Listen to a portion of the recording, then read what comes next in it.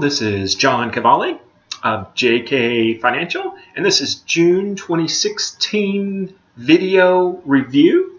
I'm on the blog post right now, and I've done a little bit more detailed post this time on both the financial planning tip and also as I mentioned here, we're at the halfway point of the year, so I wanted to do a little bit longer views of what we expect kind of through the rest of the year. I think you may find it very interesting, so let's jump right in. Okay, the financial planning tip is all of our estate planning docs in one box. That's what we're calling it here.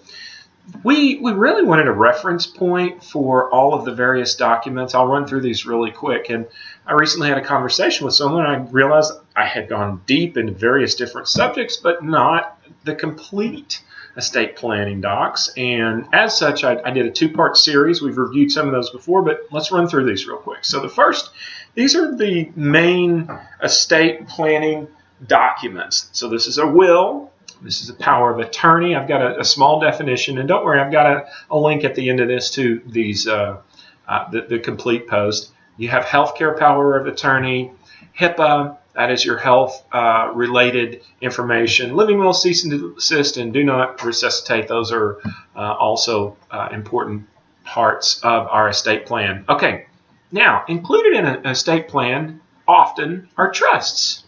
And so I did a part 2, which was a deep dive into all the various trusts that can be, but don't have to be, in your will. And the most common trust that people have is a revocable trust. Now, that's not a trust that's necessarily in your will. We get into this testamentary trust, which is actually in your will. But I have a definition and go through the various. This probably covers 90% of all the trusts. We've got revocable trust, Q-tip trust, credit shelter, AV trust, generation skipping trust, and irrevocable. It's called ILET, irrevocable life insurance trust. Here's the link to it. And so now we have all of these in two posts and a nice, good place to review them. All right, moving right along. So here is an interesting item that just recently happened, and I got over 4th of July weekend. I sent a note out that it was interesting that 4th of July is in honor of the U.S.'s move from Britain, and Britain just moved from the EU. Okay, we've talked about it before. The Brexit is the vote for the British to, over a next several year period of time, remove themselves from the EU. We're not going into the details of that. We'll go into that later at a later time. But what it means to us, and this is where I go back to the beginning of our post. So our coming newsletter, we go very heavy into why we think higher rates are a possibility during the presidential election year, and also why it may help our economy. Brexit changes our views on the timing of these rates, and simply stated, because of the uncertainty surrounding Britain leaving the EU, it's highly likely that Janet Yellen will not move on rates. Now, here's another interesting part. The Brexit polls were so horribly wrong that we think it may give everyone, certainly it's a brow raiser as far as what the current polls for our presidential election may be. All right, so we have the Brexit. We have the cause and effect of potentially lower interest rates.